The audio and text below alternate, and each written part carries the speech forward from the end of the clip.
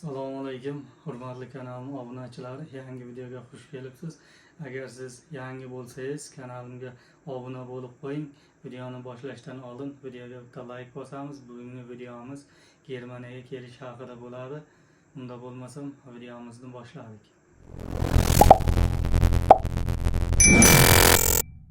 Siz Germaniyaga kelmoqchimisiz? Albatta kelishingiz mumkin. Hozir Germaniya chet elliklar uchun imkoniyatlar eshigini keng qilib ochib qo'ydi. Faqat siz nemis tilini o'rganishingiz talab qilinadi. Nemis tilini o'rganmay kelsa ham bo'ladimi Germaniyaga? Juda qiyin, lekin tilni o'rgansangiz imkoniyat sizda juda ham ko'p. Qanaqa yo'nalishlarda Germaniyaga kelish mumkin? Ausbildung, Au pair, FSJ, talaba vizasi bilan, ishchi viza bilan kelishingiz mumkin. Bugungi videomiz va bundan keyingi chiqadigan videolarimiz Germaniyaga kelish haqida bo'ladi. Men videolarimda unaqa juda professional darajada montaj qilib yotmayman. O'zlaringiz video yoqqan bo'lsa, bitta like bosib qo'yingizlar. Bu kanalimizni rivojlanishiga yordam beradi. Va videom sizlarga foydali bo'ladi degan umiddaman. Birinchi yo'nalishimiz bu Ausbildung yo'nalishi. Bu yo'nalish bo'yicha siz kelib kasb-hunar o'rganishingiz mumkin.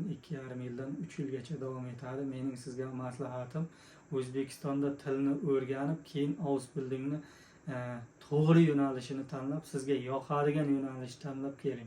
Ko'pchilik hozir kelayotgan yoshlar O'zbekistondan Ausbildungga kelyapti-da, 1 yildan keyin Ausbildung yo'nalishini o'zgartiryapti. Ausbildung ham oson emas. Ko'pchilik oson deb o'ylaydi o'qishga qaraganda, lekin Ausbildung ham oson emas.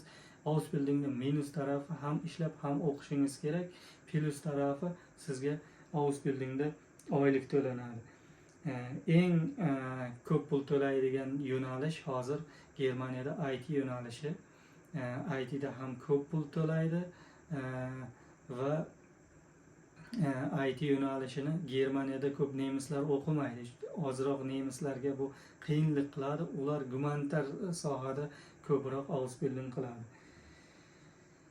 800 eurodan 1200 eurogacha Ausbildungga pul to'laydi. Kamchilik tomonlari hujjat topshirish jarayoni murakkab bo'lishi mumkin. Nemis tili B2 talab qilinadi. Keyingi yo'nalishimiz bu Au pair yo'nalishi. Asosan bu qizlar keladi bu yo'nalishda.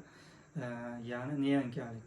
Bir oilaga kelib, bolalarga qarab, oilada yashaysiz. Yaxshi tomoni hamma xarajatni oila ko'taradi. Yana sizga oylik to'laydi. 350 eurodan 450 eurogacha oylik olasiz. Minus tarafi oilaga yoqmay qolsangiz, oila sizni uydan chiqarib yuborishi ham mumkin. Men o'zim bunga guvoh bo'lganman. Men Germaniyaga birinchi kelgan paytlarim bir qirg'iz, bir qozoq qiz au pair bo'lib kelgan va oiladan chiqarib yuborgan payti ular garajda yotgan. Bu yerda nemislar bu birovni oilasi, uzoqdan kelgan degan narsa yo'q. Yoqmadingizmi chiqarib yuboradi, o'z kuningni o'zing ko'r deb. Keyin shu chiqib ketgan qizlar oila uxlaguncha kutib o'tirgan, uxlagandan keyin kirib garajda yotib, ertasi kuni chiqib yana internet orqali oila izlagan. Sizning Germaniyada imkoniyatingiz 3 marta oila almashtirish. 3 martagacha Germaniyada oila almashtirasiz. Undan keyin oila almashtira olmaysiz. 18 yoshdan 26 yoshgacha yoshda bo'lsangiz au pair bo'lib Germaniyaga kelishingiz mumkin va au pairni Germaniyada 1 yil qilasiz. Undan keyingi yo'nalishimiz FSJ, Freiwilliges Soziales Jahr. Bu yo'nalish o'zingiz xohishingiz bilan kelasiz. Bunda asosan shu nogironlar maktabi, kasalxonalarda ishlaysiz. Ishi ozroq og'ir, lekin bu yo'nalishga ham pul to'laydi. 400 eurodan 600 eurogacha. Bu yo'nalish orqali siz til o'rganib, yana Germaniyada qolish imkoniyatingiz bor. Lekin bu yo'nalishda aynan siz B2 sertifikatingiz bo'lishi shart emas. A2 sertifikatingiz bo'lsa, A2 bilan ham kelishingiz mumkin. Keyingi yo'nalishimiz bu talabalik vizasi. Siz universitetda yoki student kollejda o'qishga kirishingiz mumkin. Afzallik tomoni o'qishdan keyin ish topish imkoniyati bor sizda. Germaniyada oliy sifatli ta'lim, talaba sifatida ishlashga ruxsat bor sizda. Haftasiga 20 soat ishlashingiz mumkin. Kamchiligi o'qish pullik ham bo'lishi mumkin. Bir xil viloyatlarda pullik, bir xil viloyatlarda Germaniyada o'qishga pul to'lamaysiz. Bundan tashqari siz blokshot ko'rsatishingiz kerak. Menimcha shu 11.000 euro bankingizda pulni qotirib, keyin elchixonaga ko'rsatasiz va shu orqali viza olasiz. Agar siz blokshot qilmoqchi bo'lsangiz, Frankfurtda Fintuba degan bankdan o'zingizga hisob raqam ochasiz. Keyingi yo'nalishimiz bu ishchi vizasi. Ishchi vizasi to'g'ridan to'g'ri ishga kirishingiz mumkin.